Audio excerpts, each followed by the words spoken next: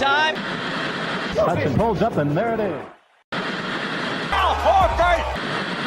Atlanta ready to seal the deal. Great barrier thief. Oh, Trae, what a move!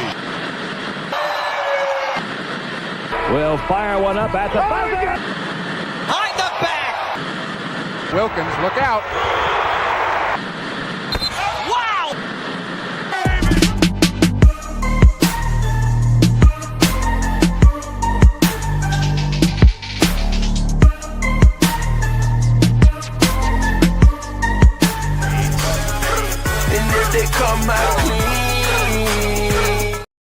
Welcome back to Birds and Buckets. I'm Rashad Milligan, joined here by Malik Brown. Malik, how you feeling today, sir? Doing good, man. How you feeling, bro? Man, I can't call it, man. We got two special guests in the building, man. Gazer.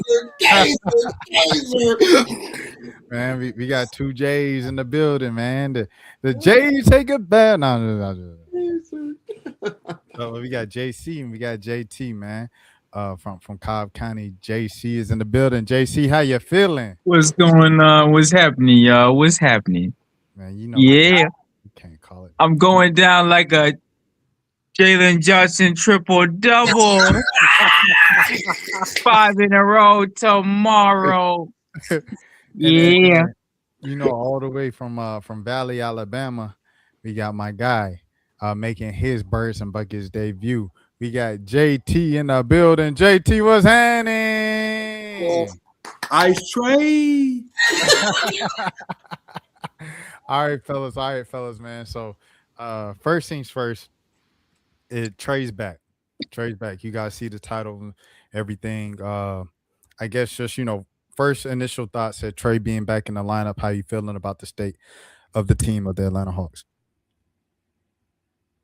I think they're gonna be better. They're gonna be better with Trae in the lineup. Yeah, I definitely think it's gonna be a plus.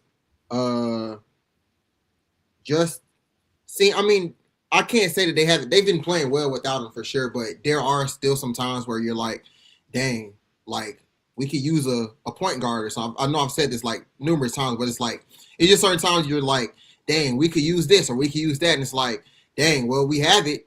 He's just on the bench right now, recovering. So, like, it's kind of good to kind of have that. His playmaking, his scoring. I don't know how, his minutes and stuff is going to be coming back, and, if he's going to play back-to-backs because the Hawks have one coming up. But I mean, just the fact that he's questionable to even return is pretty big because it means that he's coming back pretty soon. So, good to have him back for sure. I was thinking with Dyson playing as good as he is now, because he's playing a lot better than he was. Don't start, Josh. I'm not talking about a trade because I was thinking. Right. Okay, I'm saying we 3 minutes in. You talking about Dyson Daniels? No. I'm saying Dyson. I was gonna have him come off the bench last week. Malik Chase. What was Goody Stas? Hi, what's up, Matthew? We had Chase on last week, and he said, yeah, you build around Dyson. I said, bro, y'all gotta start with this. Hey, Trae Young, we're good. We got Dyson. Y'all gotta start with that, bro. I'm not that way. I'm not that way. Continue. But I was saying, you notice now you have 3 guards, right? You have Trae, you have Nikhil, and you have Dyson. So you have to kind of start 3 of them, right? We have to. Who's going to go on the bench? It's not going to be Nikhil. Nikhil's averaging 20 and he's really good at finishing. So Dyson is a defender. So you have to bench Zachary at the end of the day. I'll put Jaden at the 5. Because Onyeka is great. Here's the thing. Asa is also great. You have a real center in Onyeka. And he's actually a power forward, but he plays like a center. So he's like an Anthony Davis type player. Anthony Davis. True. We don't even have to trade for Anthony Davis. We have AD at home. We have Onyeka Okongwu. Hey, Dallas, we're good. We got Onyeka Onwenu. He said, bro, I'm from Germany. I have no idea what you mean with Dyson. Dyson is Dyson Daniels. He's a guard for the Atlanta Hawks. He's from Australia. I think they will do well too. Shouts out to Slika Ayakovich. Shouts out to everybody in the chat for show. What I want to say, man. I think Nikhil goes to the bench. I think you just to have a scoring option on the bench, like that scoring coming off the bench. I don't think it's a slight or disrespect. It's just like you need some scoring in the second unit. You know, every team has it, and I think Nikhil gives you that. So you have 20 points coming off the bench. I think it's all good. Like they literally have no choice, nothing on the floor when Trae's off the floor. So that'll be their answer right there. By the way, I want to give a shout out to Vik Krejci. He locked down Paul George the final play. Dude, Paul George was hitting some crazy 2015, 2006, like some prime Paul George shots, like maybe 2014. He was hitting some crazy shots. Amen. Jesus loves you. But I'm going back. Vik Krejci is incredible. He's really incredible. One of the best bench guys, one of the best shooters in the league. He's a new Klay Thompson. In my opinion, if you've seen the shots that Vik Krejci has been hitting, and as a defender, great two-way guard or forward at this point, like combo guard, 2 to 3. Vik Krejci. I think it's gonna be interesting, honestly, to see what they do with as far as the starting lineup, because I understand putting Nikhil back on the bench, but like Nikhil has been playing really, really, really, really good. Really, really, really, really all-star level. I understand it, but all-star. Maybe. Who knows?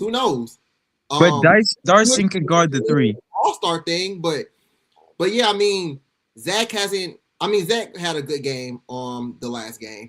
He did. And I think that he will benefit with Trae coming back. So I wouldn't mind keeping Zach in the lineup. Right.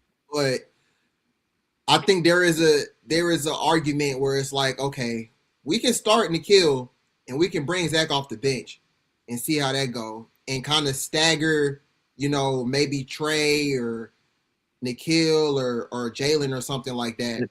But it will be interesting. I think that's something that many will keep their eyes on for sure. It's a great problem to have, though. A great problem. It's the best problem to have. Who's scoring off the bench though? Is it just like all 3 of the guys are playing all game? Like you say, staggered minutes for Jalen, Nikhil, and Trae, and then so you have a scorer on the floor at all times. Yes, I think that's what you got to do.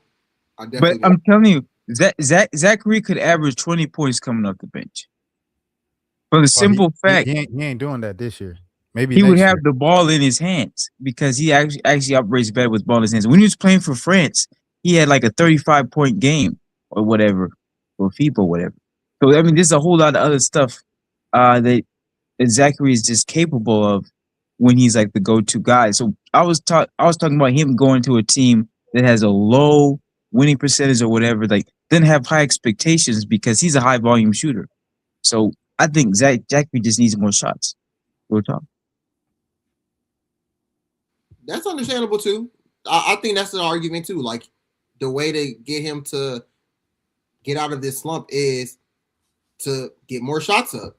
I definitely think I believe in that for sure. I just think right now it's just more of maybe a confidence thing for him because I feel like he's been getting some good shots. They just haven't really been going in. And when they played the 76ers, he was knocking them down. I mean, he was very confident. Like he pulled up in the transition. Yeah. That was crazy. That was crazy. Oh, we're back. Hey, we're back. We're back. But no, we're back. But no, I definitely think it may benefit him coming off the bench, but it also will benefit him staying in the lineup with Trae. Honestly, we don't even know how long maybe Trae comes off the bench to start, like, the first couple of games. So I don't know. You're probably right. All right. I think the first 2 games back, he's definitely coming off the bench. Definitely. And it's really for the defense thing because it's for his health and it's for the defense the first 2 games. And then he'll have like a 35-point game and start. rest of the season. Right. I don't know. I think the Hawks are in a weird position because going into the year, you expected Jalen and Porzingis to be out for elongated periods of time. Really? And so far, it's been Trae and Porzingis. Yeah. So now Trae's back, Porzingis is out. Yeah. That's There's true. a good chance they might not know how the team looks together until the playoffs. And I think that's a recipe for disaster. Well, I'm saying Porzingis, I think health-wise, because he has like it's like an infection. You know, it's not transmitted like unusually, but for Porzingis, I think you need to take him to a team that has a great medical staff. You need to take care of his health because he's not going to be like 100% like in any game in the play. Like if we have like a 7-game series, he's only play like 2 games. Real talk. So probably have to get him to another team. And I'm not trying to be heartless, but you have to give him for like if you get Kristaps for like a Zach LaVine just because like just get like a Melo Ball just anyway, a guy you can just get. I think you trade Kristaps Porzingis. JT, what you thinking? JT, what you thinking? For LaMelo Ball, really? I'm not saying a guy we have to use, but like a guy who you know can get a bucket. Any guy. It can be a guard, it can be a forward, it can be a center. It doesn't matter. Just a guy who can score 18 points per game. You know? What about Kobe White? All of it. No, I'm serious. Like literally anyone who can score. Don't even have to guard people. Just a bucket. You know? A microwave. That's what we need.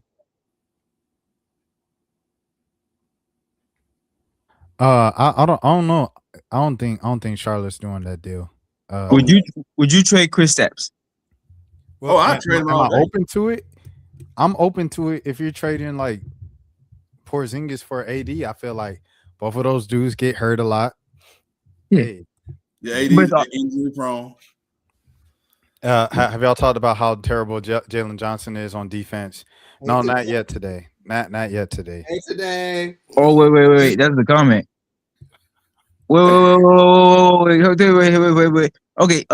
Let's talk about the last game because no. I'm actually gonna reply to that.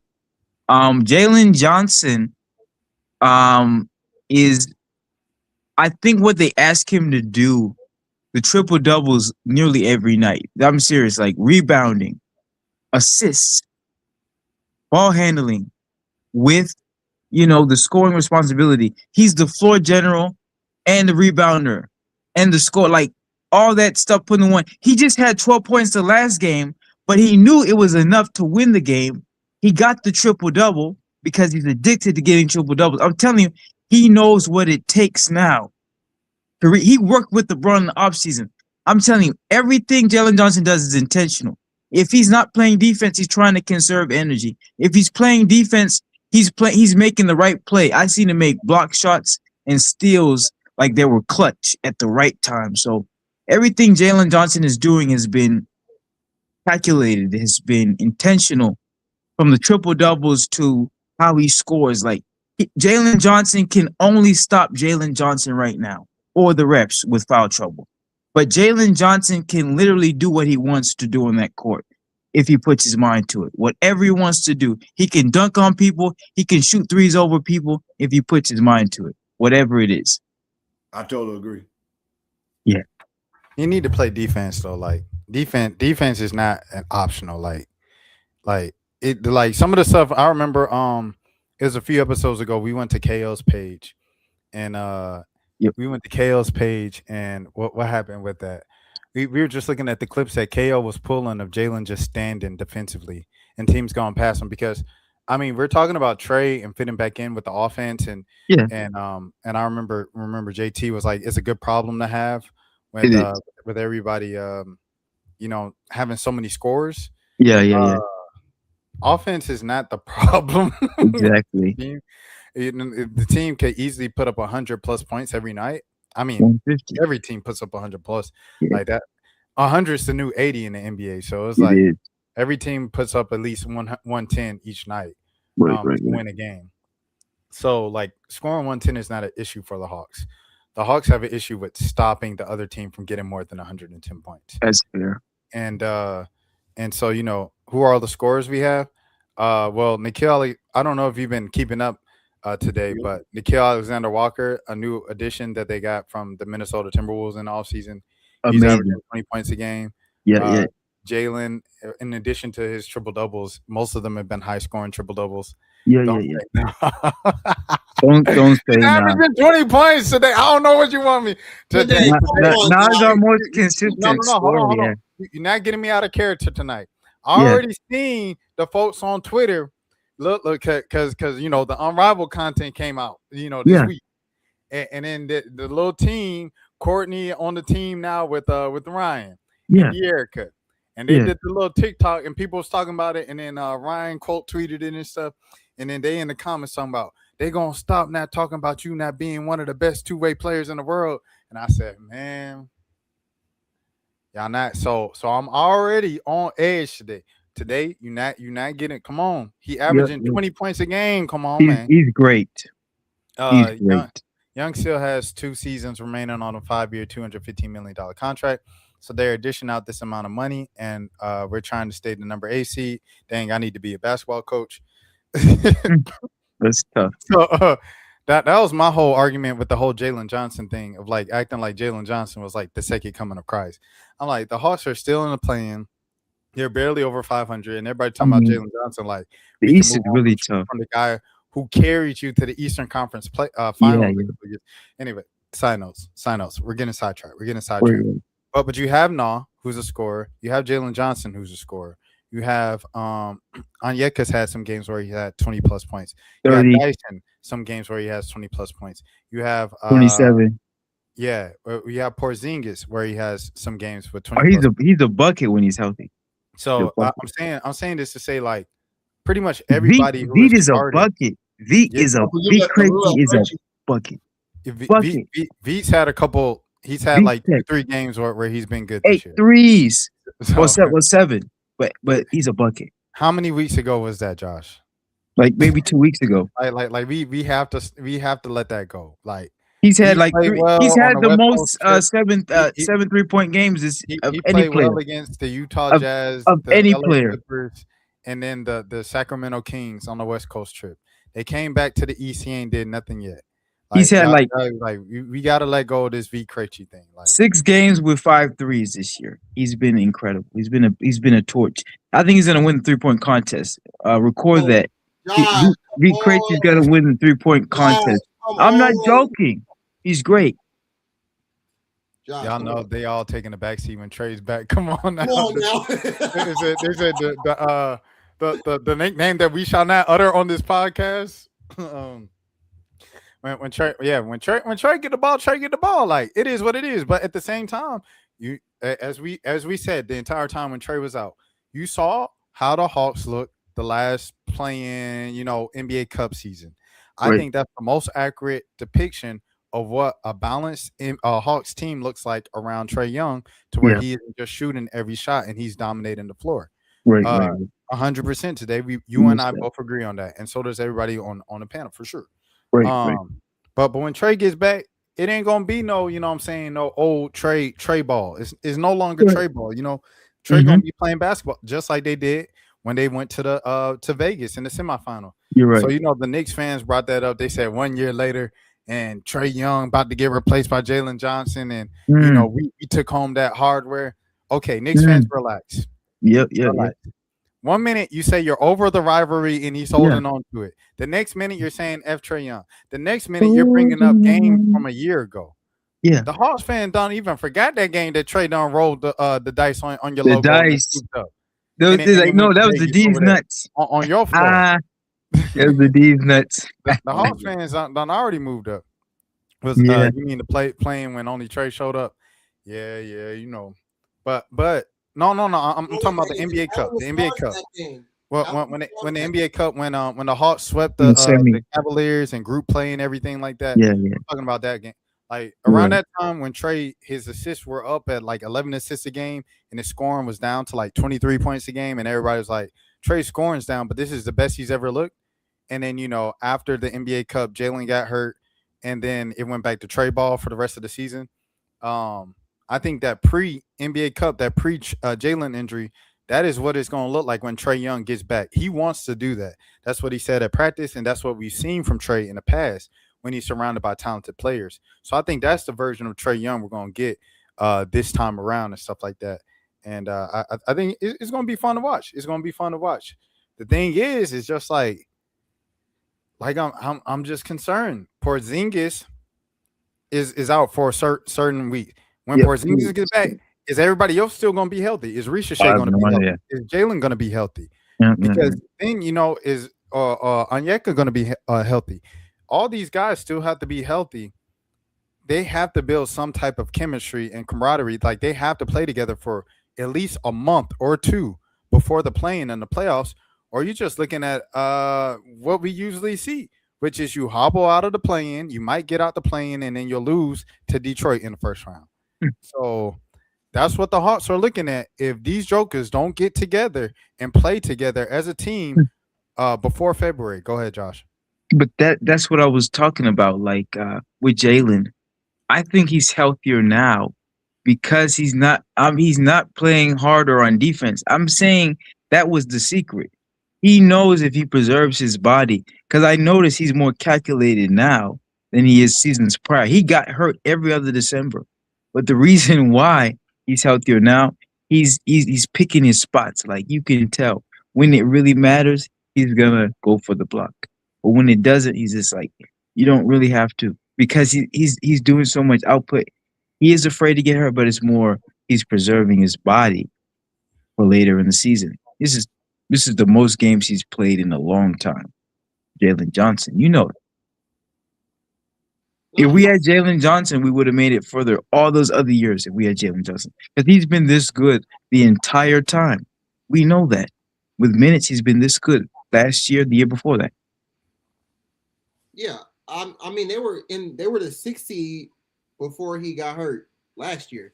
So it's quite impressive that they won 41, 42 games at the end of the season, like without him.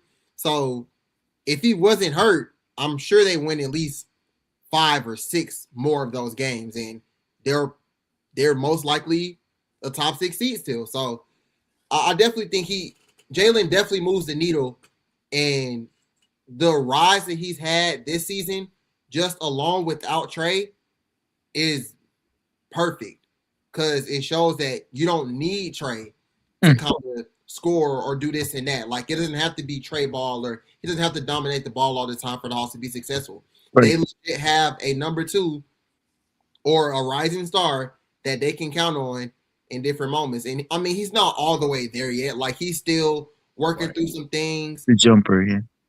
But he's showing progress. You can see it like almost every game. And of course, the triple doubles are coming now, but that's kind of just like him just flowing through the offense. Like last game, he had a 12-point or 13-point triple double, and it was like that was probably one of his worst games this season. But he still got a triple double, and it's like he's kind of just flowing within the offense. He's rebounding. Everybody's hitting shots when he's passing the ball. Like, he's finding open teammates. So it's kind of just like a product of what they've been running. So when Trae gets back, it's like he's just gonna fall in line, honestly. And that's not bad. I'm not saying fall in line as in like, tighten up, but like he's gonna fall in line with everything they've already been doing. It shouldn't be hard or anything or complicated. So yeah. They're gonna play faster. They're gonna play a lot faster. I mean, the half court sets, they're gonna be slow in the half court, but in the full court, the fast breaks are gonna go crazy. The lobs, I mean, Atlanta's gonna be back. Highlight Factory is gonna be back. Especially for Jalen, he's gonna be dunking all over people. He's gonna throw him a lob off the backboard. I mean, he's gonna catch it up behind his back. He's gonna make no-look passes. I mean, look, we missed out. We're gonna be spoiled when Trae comes back. JT, any words on where everybody was? Yes, Trae gonna make everybody's life easier. Yep, he gonna make it easier for him. For sure. Okay, all right. So, I guess back to the trades. What are you guys willing? Who do you guys want? Who are you guys willing to give up? I say Kobe White. For who? Kristaps Porzingis. Didn't get out the contract. 30 million. No, I get it. I get it. I'm kind of with you, like whoever we can get, but I'm very intentional on what we need. So what I'm looking at, like you're saying with the defense, I don't even think we need a defender. I think we just need a guy who we can slide in who's capable of playing defense. So Anthony Davis, we probably can't get Anthony Davis for Kevin. I'm sorry, Anthony Davis for Kristaps Porzingis straight up.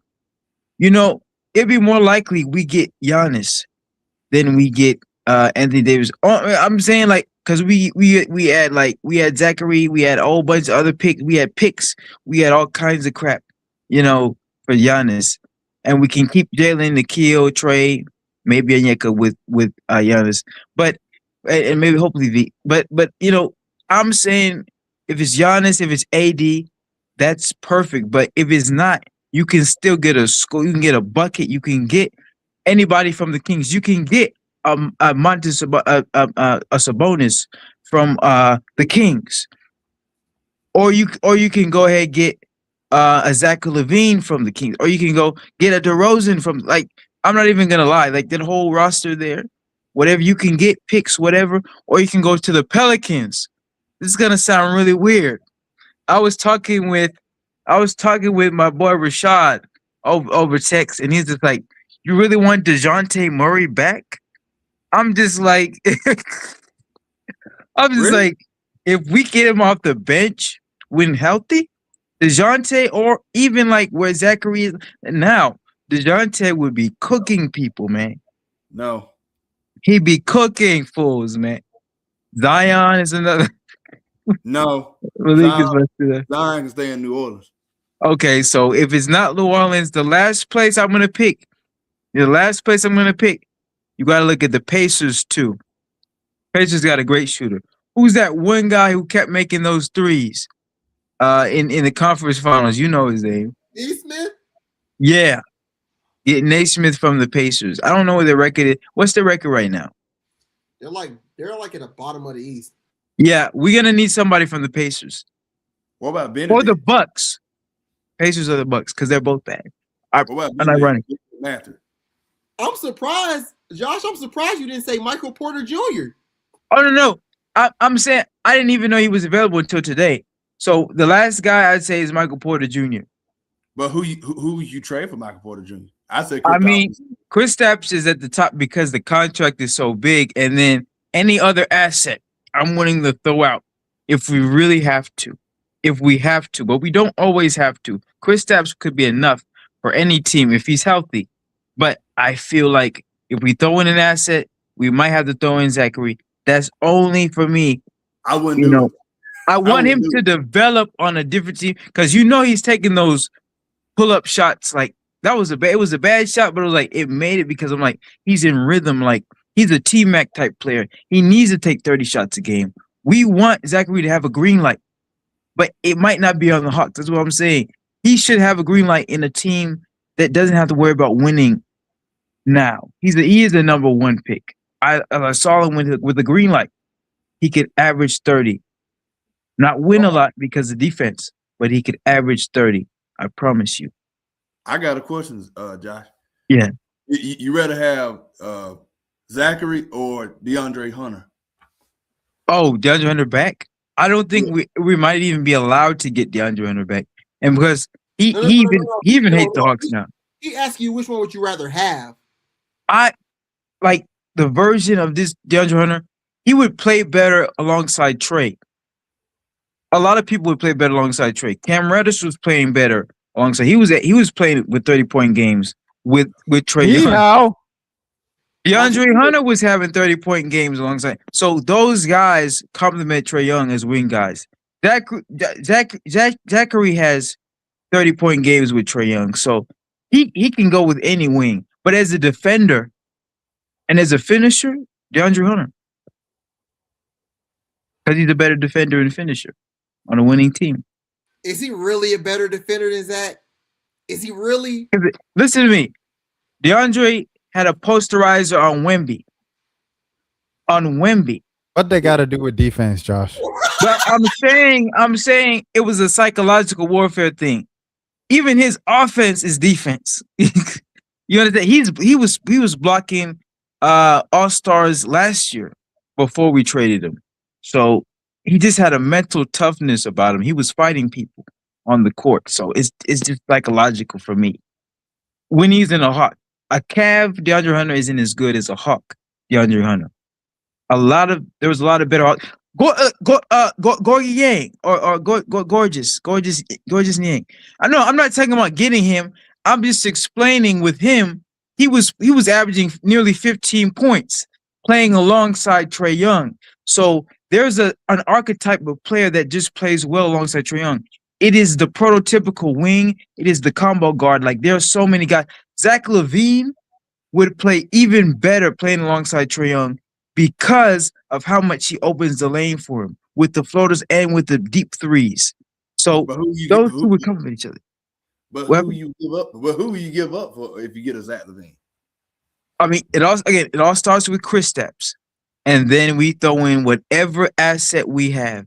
Throw in a bag of chips, maybe, but a future draft pick, a second round, a first round. Y'all remember a couple years ago when the Miami Heat had Kendrick Nunn, and they were like every star player in the league, yeah. The Miami Heat were just like Miami Heat fans had the little meme of SpongeBob opening up the like little golden flute, and it was like Kendrick Nunn and two first round picks. That's how you guys are treating Kristaps Porzingis. It's like, I might want Michael Porter Jr. I might want Zach LaVine. Sabonis sounds good too. Give me AD and Kobe White. Kristaps will never be. He will never be healthy, 100% healthy anymore. We saw that with the Celtics last year. But why? Okay, so if you know that, why would any other team give up something of value like Kobe White or even an Anthony Davis? You send him to New Orleans. We stole. I'm gonna tell you what. We can get Klay Thompson. No, I'm okay. If we don't get AD, we can definitely get Klay Thompson. I know for a fact we can trade Luke Kennard for Klay Thompson, and then a couple future second round picks for Klay Thompson. If we're gonna get technical, but are you gonna do all that for Klay Thompson? Like, we can fleece because he'll play better with Trae Young. He's not gonna average 11 points playing alongside Trae Young. When I tell you, like a scrub would average 10 points, Clint Capella was averaging 10 points consistently. This Clint Capella would average 3 points without Trae Young. You understand? For the past 5 years, I don't know, 3-4 years, Clint Capella was a scrub. But he played with Trae Young and he got 10 and 10. No, you can't do that. Scrub. He was not do that, Josh. You can't do that, Josh. He couldn't make a bunny. Josh. Only in that one game in the conference finals, he was over the backboard. He was good. Not true, Josh. That's not true. That's just not true. You know that's not true. Okay, name a game where he averaged like 25 and 25 without Trae. He's not supposed to. He had a 25 and 20 game playing alongside Trae Young. You know that he was averaging insane numbers that he can't even reach now. He can't even reach that. Now, Josh. He's not even in the league anymore. Josh, because Trae was. He's literally on the Rockets right now. Look at his average. Somebody Google Clint Capella. Rockets. He's not playing that much. He's playing. He's playing behind. What's his average? And Steven Adams. What's his average right now? 3.7 points. He would have been averaging 12.7 points playing alongside Trae because Trae just kept lobbing to people. You know another guy?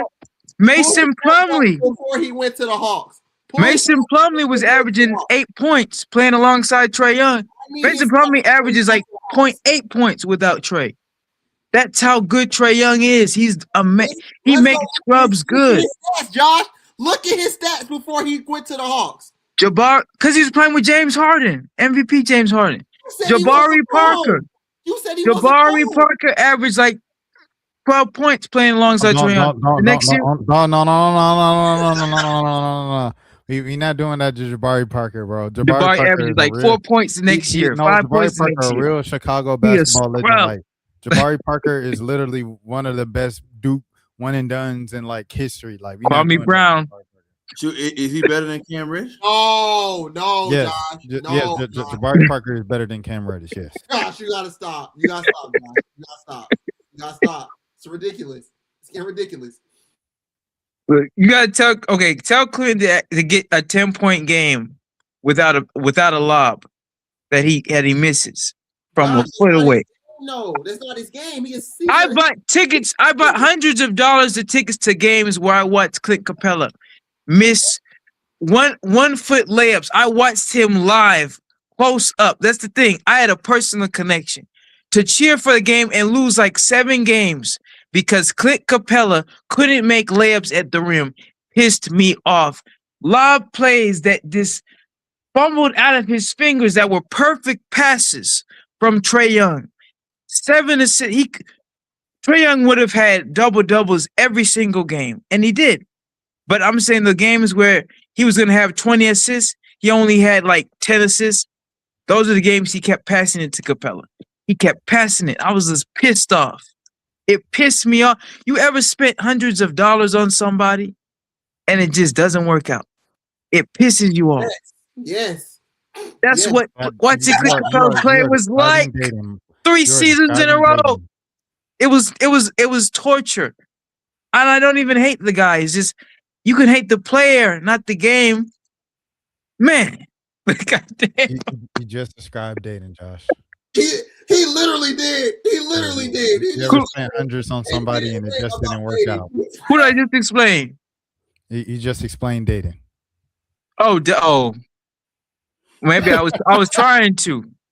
But there is a way back from it. If you do spend on somebody now, I'll help y'all out. We'll have a dating podcast after this. That's good. Zendaya. Bars and buckets at the Stop it. Shout out to Zendaya. Shout out Tom Holland for sure. But I'm saying, I think she liked you too. All right. Next topic. JT. So yes, our question: if you know Porzingis, he's shown from last season with the Celtics, and he's shown this season with the Celtics, he's not a dependable guy. He's not going to be available most of the time. Why would I, as another team, give up a valuable asset from my team? Like even a Brooklyn, right? The only valuable piece they have is MPJ. Like Cam Thomas is on the trading block again. Don't nobody want them empty 20 points. So it's like, that's it. All they have is MPJ. Why would I give up the only thing that is worth the value for a guy who I know isn't going to play most of the games? Shoot, go back to New Orleans and get Herb Jones. I don't know. I don't know if New Orleans giving up Herb for that. I think New Orleans get Herb. Shoot, they gave us a 2026 first round pick. Win a bag of chips. When in doubt, go to New Orleans to get something. Dyson Daniels, the Darren Peterson, whoever is going to be, AJ the Monster. Right. Yeah, shoot, Herb Jones. Malik, anything you want to say? I think Josh wants to go. I'll let Josh go. I love Cam Thomas as a backup point guard. He'd be a perfect backup point guard for them. No. Like he don't no to Cam Thomas. No to Zach LaVine. Zach LaVine cussing out the fans because he said get in the defensive stance. He said you get in the defensive. It's like he can't get in the defensive. That comeback didn't even make sense, Zach. Like he's a fan. Like I get it. But we just need a guy with the green light. Because listen, Keaton Wallace, if you watch him play, he's gonna take the shot anyway. He's gonna run down the clock. He's gonna take the shot anyway. I got nothing against Keaton, but I'm letting you know, a guy who's a quick trigger, who's not gonna hold the ball the whole possession. We need a quick trigger shooter. We have a few of those guys in Veet, And Luke Kennard, he gets too many shots sometimes. So if they limit the amount of shots Luke Kennard can take, maybe we just trade Luke Kennard for another guy who can do what he can do, but a little bit better. That's really what we really need. CJ McCollum. Shoot. Oh, you said CJ. I was thinking CJ, but he's just like, he want to start. A guy like CJ should come off the bench, but he wants to start. That's the thing about it. But the Hawks are 13th in the league in scoring. I don't think scoring is their concern. We got to be like 6 to win the championship. We got to be 6 or 5th. But okay, let's look at points allowed. Let me see if points allowed is about 27. So what they get? You just answered your question, Josh. Literally, and you want more. No. Listen, I'm saying Dyson Daniels has the focus less on, like, he can cut, but he shouldn't be focused on scoring as much. Dyson has to primarily focus on defense. Like, if he's doing his job, and then Nikhil can also lighten himself up too, because he's trying to be the microwave too. He doesn't have to be the go-to guy.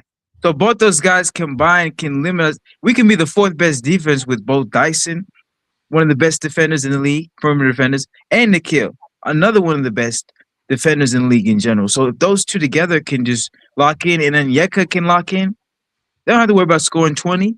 They can just like rebound and then block shots and steals and, defend. Those 3. Josh, it's going to take more than 3 players. It's literally a collective group effort on defense. Well, I'm saying it because they got the switches. So I'll explain. Because, the league is the way it is now, a lot of the 2 and the 3 are like interchangeable. So if you place Dyson at the 2 or at the 3, and then Nikhil at the 2, those 2 guys can stop 60% of the best scorers in the league. Because, like we said, Paul George got locked down by V. Like, think about that. Paul George had 35. All these perimeter guys. I mean, if it's MPJ, you got to think about it. Shut them down. These guards, these 2 to 3 people, it's a shooting guard or it's a small forward league. I mean, unless you're Curry, maybe it's a Trae and a good night. These point guards are like, they're not as generational as like a Kawhi or like as LeBron. Like, I'm saying like an everyday, like a Luka who can get 70 points in a game. I'm talking about there's some generational small forward shooting guards in the league right now, the best we've ever seen. So if you can stop a James Harden, you can stop the whole team. If you can stop, if Damian Lillard was healthy, but if you can stop a healthy shooting guard or small forward in this league, or 2 or 3 in this league, you can stop their whole team pretty much. Because the ball handling, unless you got Wemby, unless you got Giannis, most of these centers can't handle by themselves. Even the forwards are like, they're decent, but AD, you can't necessarily trust AD like you can trust a Kyrie. Now, he has good handles. AD has good handles. Don't get me wrong. But you can't lead a team to a winning record in this league anymore if you're Anthony Davis. He can't carry the team, even healthy. What about Benedict Mathurin? We don't really talk about Benedict Mathurin, but I think if we traded for him, he'd be a great supplemental bench guy. I think because that's another he's a pacer, right? Yes. That's another one of the pacers. I'm just like, we can just collect them for like picks or whatever, because all these teams just want to tank. We're talking about, why would they get Kristaps? Hornets would want to tank. You're like, I know it's a different strategy. They have different lottery odds, but even the Pelicans, we have their pick and they're tanking. Why? Why are the Pelicans tanking and we have their pick? Why? They're trying to help us. They're trying to help us. No, they want to get a couple of trades with a few of their players, a few of their assets on their team, because they know a lot of the picks that they sent out, like to the Hawks, they're like, we can just give you Zion. They want that. That's why they're losing on purpose. Pelicans can win any game they play. Rashad, you see the Pelicans. They're good enough to win games. They could win if they put their mind to it without anybody. They could win. I don't think they're losing on purpose. They're not that bad. They're badly coached. They're not as bad as their record says, but they've been winning lately. They won 2 games in a row going into this NBA Cup break. So we'll see what happens when they come out of break. I think James Borrego's kind of got them on, kind of on path and things like that. What's up, Yan? That's your boy Malik. Yeah, Yannick. Shout out Yannick. Oh yeah. Shout out Yannick. Shout out Yannick. I was trying to read it. My bad.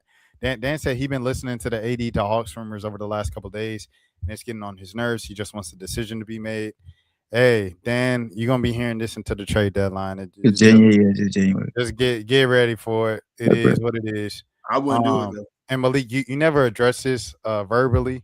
So for you and me, will you please answer if you'll be asking Quinn Snyder about why he hates Rashad? I will not be asking him that. I'm not asking that. That's not going to end well for me. But it's not. It's just not going to end well for me. But Josh, to go back to your point, the Hawks are literally 20th in the league in defense and 13th in scoring. Wow, middle. And they're about 500 in the middle. What is the missing piece there? It might be the fact that they're a bottom 10 defense. What is it? 3 games over for them? They're in the top half of the league in offense and a bottom 10 for defense. I think that might be the reason why the Hawks lose so many games because they don't play defense. We've had a lot of close games. I don't want Cam Thomas. I don't want Zach LaVine. I don't want a bucket. I don't need. Oh, we need a bucket. You don't need a bucket. You need defense. Just straight like that. And here's the thing to you, JT, as well. I don't know about all of these things, all these propositions that you guys have for Porzingis from these non-centers. Who's the center after Onyeka? Onyeka gets hurt. Asa Noel. You going need minutes. You're going back especially to Asa. Asa Noel is a 4. Y'all already call Onyeka undersized. What y'all gonna be calling Asa? Not this year. Robinson. What? Mitchell Robinson for Porzingis? Yes. It's not happening. The Knicks would not do that. After what he just did in the cup yesterday, all them offensive rebounds he was getting, there's no way. There's just no way. Can I answer that one? Did I answer that question about the Pistons? Because that's why we would have even had a record of 18 wins had we beaten the Pistons all the times. Because we had some close games against the Pistons. Well, I tell you, one reason why I talk about offense is because we didn't know what to do that last second. We didn't know who would take the final shot. How they would take. We didn't know who would take. No one was confident enough to take the shots. When he came close, but like I said, like he just went for like a layup. I'm just saying we lost some 2 close games against the Pistons. I recall, so we could have beaten a few of the good teams, but there were some close decisions. So we could have won at least 5 games that we lost. To be honest with you, we would have had 20 wins, and I even know the happenings of why we lost those games. Because we didn't have a go-to guy to say, pass the ball to him, he's going to make the shot 100% of the time if he has a wide open J. We didn't have that guy. We didn't have him. That's who we need. A guy in the fourth quarter, that's Trae. But if it's not Trae, another guy when they cover him, when they double him. It should be Jalen, but Jalen got to work on the jumper. Hold on now. Kristaps is not helping. Because when Trae was here, yeah, they was losing. They lost to OKC. They lost to Chicago. Yes. They lost to Toronto. But we never started Nikhil with Trae. You notice we never started Nikhil with Trae. Watch it happen. Nikhil, Trae, Dice. That's all we need. That's a very good question. That's a very good question, Yannick. Josh, go ahead. I'm reading. I read the whole comment when it popped up. It was so. Well, I have a question on that question. So, for someone who doesn't watch the Hawks, why have the Hawks been middle of the pack for so long? Could it be the management ability or lack thereof to put it together a winning roster? You know what? This is a winning roster, and it's a miracle we've actually been winning as much as we have without Trae. No, think about it. It's not just because we relied on Trae. I'm surprised our coach was good enough to even coach the team to play as well as they did. Because we lost to the Wizards. I think we lost to the Wizards. Like really, really, really, really, really, really, really bad. Our worst loss of the season was against the Wizards. It was the worst blowout ever. Jalen has like what he had like he had 7-7-7. He had 7 points, 7 assists, and 7 rebounds. If you're good enough to get 7-7-7, you can get 14 and 7-7. But we played so bad, it was like intentional. Because, you know, if they're actually have a better record than the Pelicans, we don't get their pick.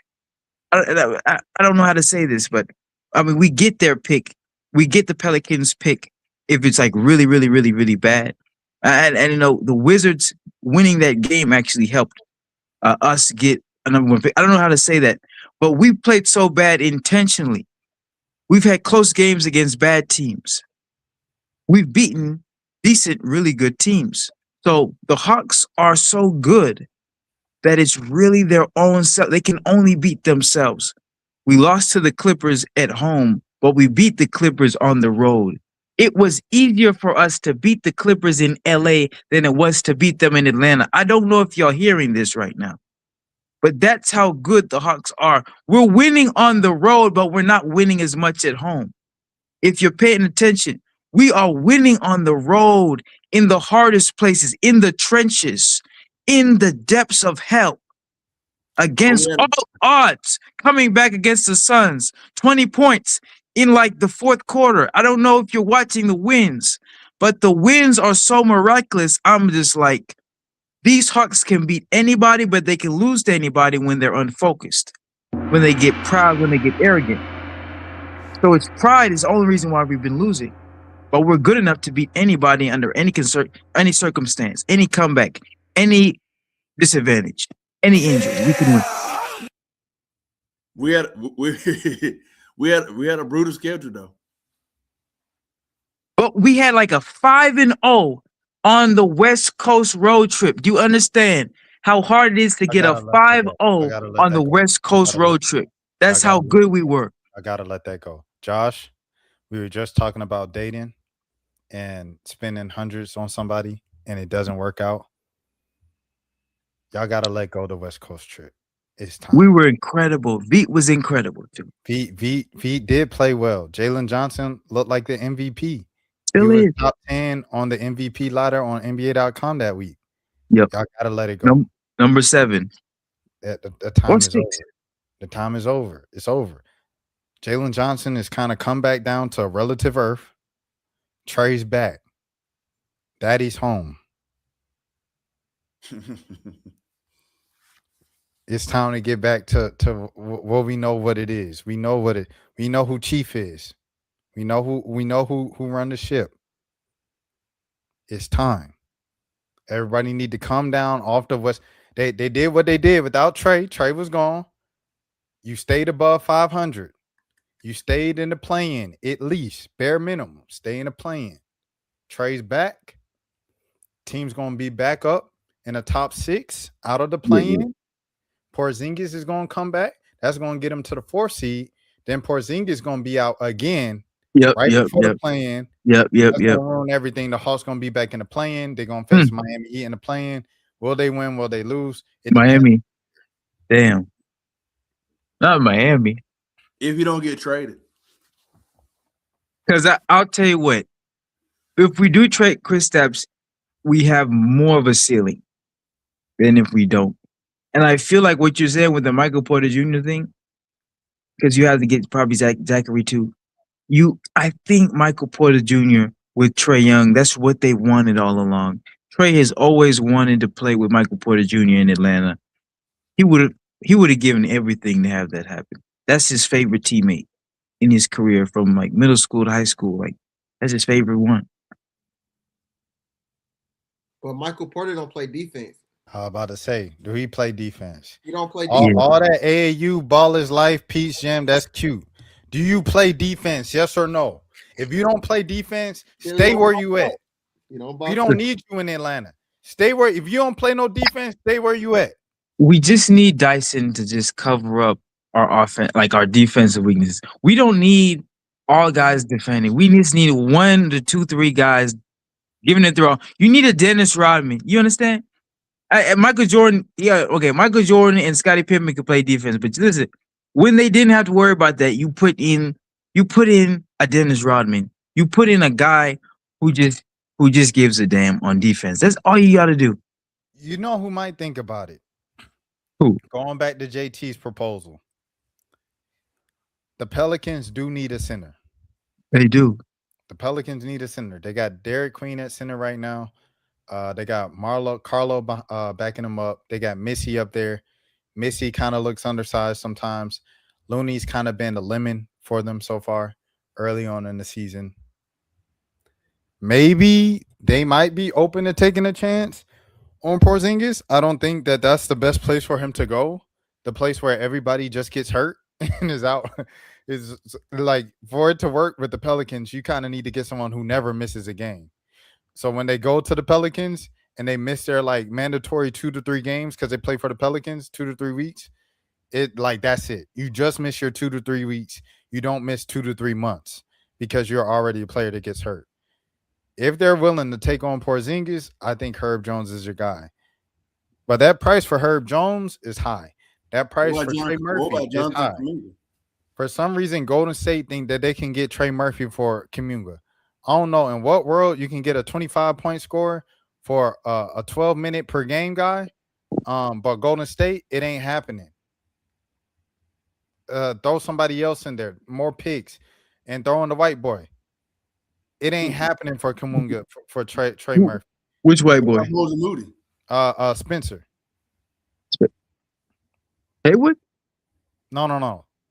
What? Different. Cam Spencer? It's either the Pat Spencer or the other. Yeah, I think Pat on Golden State. Cam is on what team? The name Spencer. What team is he on, Malik? Grizzlies. Yeah, Grizzlies. Yeah. The Grizzlies, yeah. I think I heard about him. But I have a good feeling it's probably we make a trade with the Mavs or the Bucks or like the Kings or something like that. Because there's just too much, or the Bulls, because it's just too much history. That's what I feel like. What about Moses Moody? Said KP and Zion.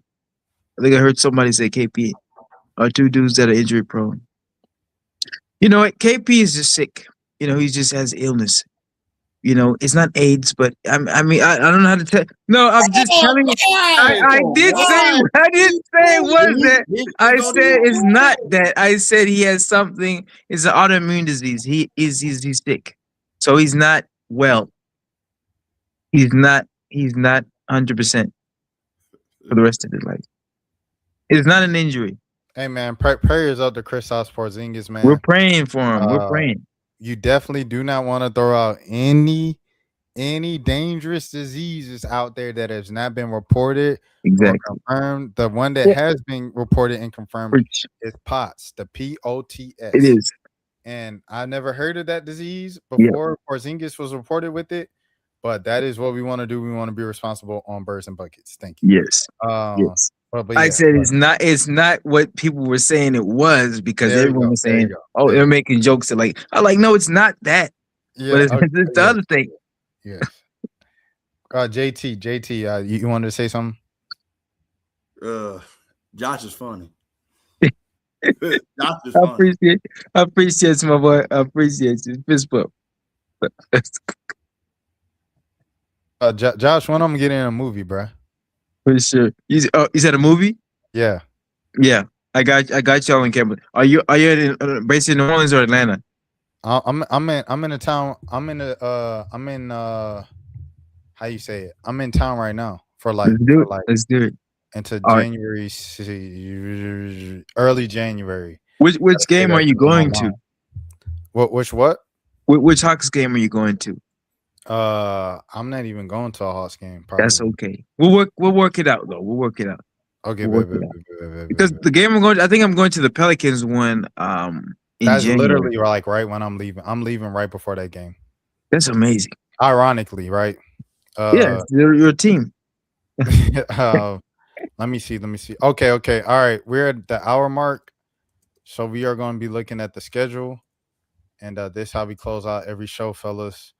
We go to the Dan. Oh, Dan is Hey, hey, hey.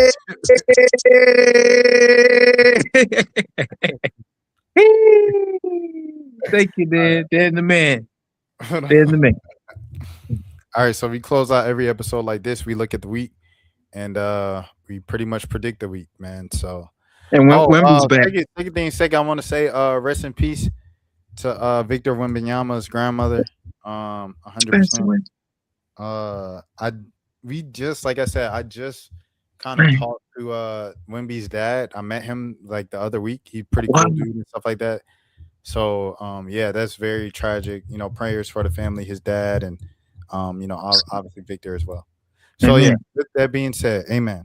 Ashe. So with that being said, Hornets on tomorrow. Friday, back at home against the Spurs. That's the Jacquees game. Sunday against the Bulls. Where is that? In Atlanta. Okay. So this is going to be Atlanta for like 5 games or 6 games. Charlotte, Atlanta. Okay, Atlanta, like you say. And then we'll stop at the Heat. Is the Heat? Is that it? Oh yeah, dang. So they really at home. Yeah, for 6 games. This is the greatest homestand of all time. Because they've been on Christmas. For Christmas. Home cooking. Okay, all right, bet. So with that being said, let's start it off. Hornets. I'm gonna go. Hold on. Oh, hold on. All right, we're just gonna go. How many games is this? 1, 2, 3, 4, 5. All right, 5. The next 5 games. What is your record for the Hawks? 5-1. 5 games, not 6. 5-1. So 4-1. 4-1. Or I said 5-4. Gotcha. You know it.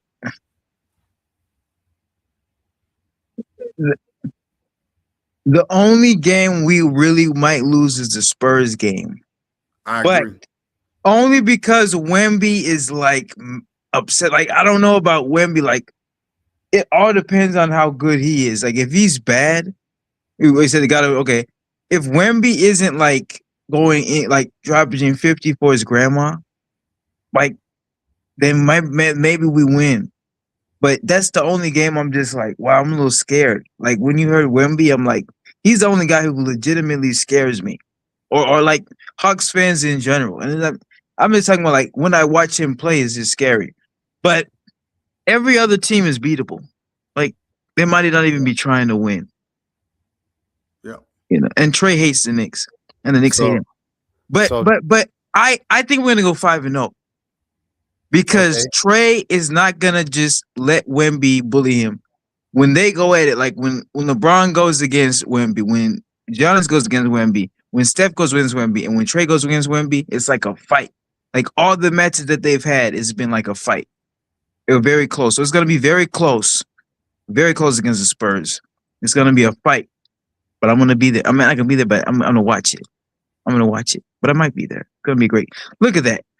And Steph makes the same shot, and LeBron, they all do that when they're playing Wemby intentionally. I'm like, why does the Wemby come forward? Because he doesn't want to foul him. But it's brilliant. They know how to shoot over Wemby. 5-0. All right, 4-1 for JT, 5-0 for JC. MB, what do you have? I think they win against the Hornets. I think they lose against the Spurs.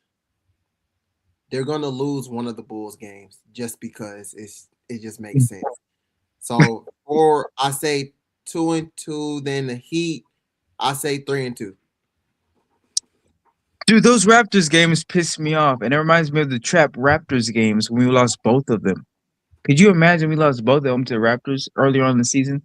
We at least could have split one of them against the Raptors. That really messes me up. They lost to the Raptors twice, and they lost to the Pistons at 3 home. times. His thing at home in a row, like that was a son of a gun. That couldn't happen again. That's why we don't lose to the Bulls, because we know better. We know what happened to the Raptors, so we're not gonna get involved in the trap games. We're like, nah, we figured this team out. We're gonna beat them in a series. We're gonna sweep them. We're gonna beat their butts. That's what we're gonna do, because we did that with the Raptors and it like twice. So now we're gonna have the Bulls number. Trae is. I feel like it's actually it's up to Jalen for a while. They've been bad for like 5 years. But Jalen, he needs to at least think about scoring a lot more Another triple double. with Trae. I mean, no, he's gonna have a triple double, but it's gonna be harder with Trae because Trae's gonna have the ball in his hands a lot when they're starting together. But when he's on the bench, I think Jalen's gonna pass the ball a lot more. We play the Thunder. Oh, the refs. No, whenever we play the Thunder, we're really playing the referees. You know that? We're playing the referees, man. Last time we played the Thunder at home, the refs were calling everything against Nakia, against Jalen. I mean, we were just getting phantom fouls from Shy, you know, phantom calls. Like, it was crazy. I'm gonna go Hornets as a win. For the I'm gonna go Spurs as a loss. Dang. I'm gonna go split the Bulls. So that's 2-2. And then I'm gonna go lose against the Heat. So I got 2-3. Oh, wow. I was afraid you say that. Wow. What? Because listen, if we do that, we're beating the Spurs because we're at least gonna go 3-2. If we lose against the Heat, then we beat the Spurs because we're gonna be tired. We're gonna exert ourselves against the Spurs so much. I get us losing the first win against the first Bulls game because we're gonna be tired against the Spurs. But that's the only way. If they get us tired, because the Spurs are like, we're gonna go to double overtime, or no, we're gonna score 133. They score 132. We're gonna want to beat the Spurs, and I don't know why we hate the Spurs, but Trae hates everything about the Spurs. I don't know why. Kevin Huerter might have a night, one of those two Bulls nights. Oh, Kevin Huerter? No, he might like because he's been going light on the Hawks. He doesn't like the Bulls himself. He's gonna average like 7 or 17, but he's not gonna do anything. They don't give him a green light. Trae made him great, and I know. I mean, I'm not gonna lie. Kevin Huerter is not overrated. He had a great game 7 against the 76ers. He said, God made you, but I helped. Trae opened the lane for Huerter so much. He's one of the players he made great. Trae made Kevin Huerter a near all-star. I remember there's a time like, oh, Kevin Huerter's an all-star. No, there was a month. There was a good month. We were like, he was having 20-point games. We're like, oh, Kevin Huerter's going to be an all-star. We didn't know. I'm serious. It was back in 2021, I believe. Way back when. Not 2024. I said 2021. Way exit. It was 2021. It was a long time ago. He already gone. He already gone, Josh. He already gone. Fact, that's another one of my homeboys. But fun fact is, he's a 76ers fan. Oh wow. Well, okay. One more thing. Look up Kevin Huerter's averages right now. Ain't no need to look that. He's averaging like what? 5 points? It's Giddy team. Okay. Go back and beat Kevin Huerter. Because the Bulls lost like 7 in a row one time. They're not like the number 1 seed like they started. They were losing like every single day. They dropped big. 12 points.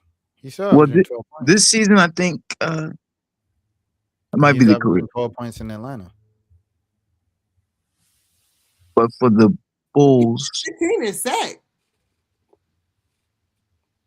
Yeah, and Sack, he had 15 points one year. Yeah, 15 is sack. Oh, that's when they was really good. It was a bucket. He was playing with Fox. Yeah. The Aaron Fox was great. Oh, what about get Chris Paul? CP3. Yeah, I like Chris Paul. I'm with that. But I didn't realize Jacob Toppin was a two-way. So when they let him go, they opened up a two-way spot. I was like, dang. You know what? I think CP should sign with the Lakers. CP should sign with the Lakers. They got a full-time roster spot? Yeah. I didn't even know that. I said, use one of those on Chris Paul then. Nah, he has a ring chase. I think the Lakers are the only team that will probably take him in. Lakers. With LeBron. He needs to play with LeBron one time. Like, I don't know why he hasn't played with LeBron. They're part of the banana boat. Go to the Rockets. They need a point guard. Go back to someone. I don't want to see the goodbye tour end like this.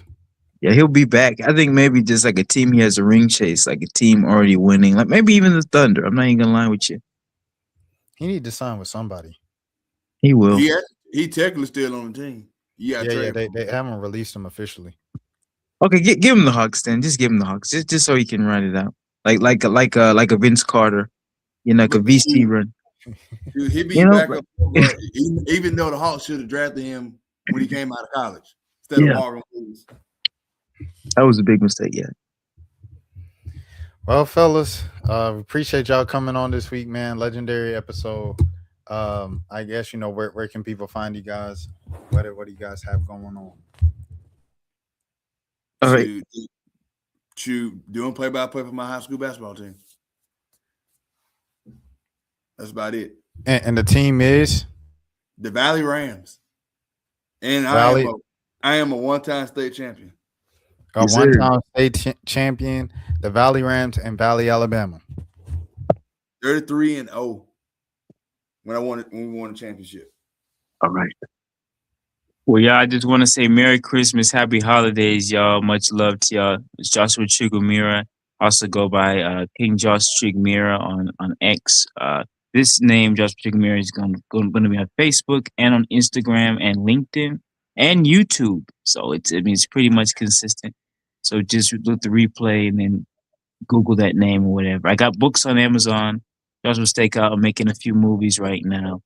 And yeah, I just post a lot about basketball, but also about professional wrestling. I got a professional wrestling promotion called New Georgia Pro Wrestling.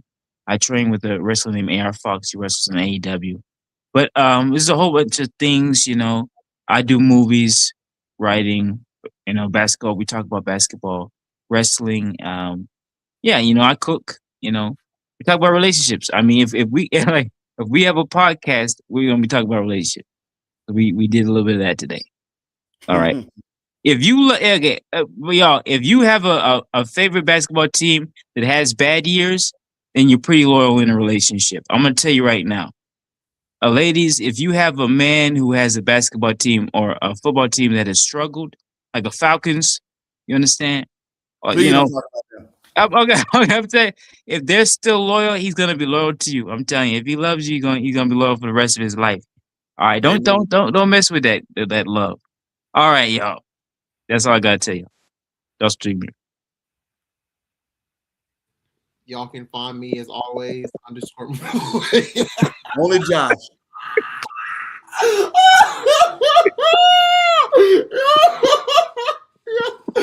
Y'all can find me as always at _ Malik ATL on Twitter and Instagram. And my YouTube is, of course, as always, Malik Brown with some numbers afterwards. But just type in Malik Brown GSU on YouTube and you'll find me. Once again, bro. Let me run through everybody's page. This JT right here on Twitter.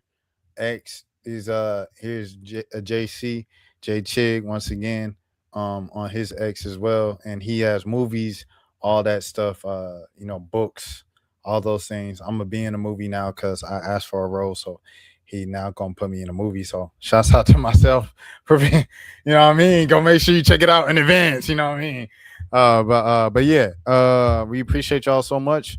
We'll be back next week for Birds and Buckets, man. Rashad Milligan, Lee Brown, as always. JT, JC, appreciate y'all for stopping by. Peace. Go Hawks.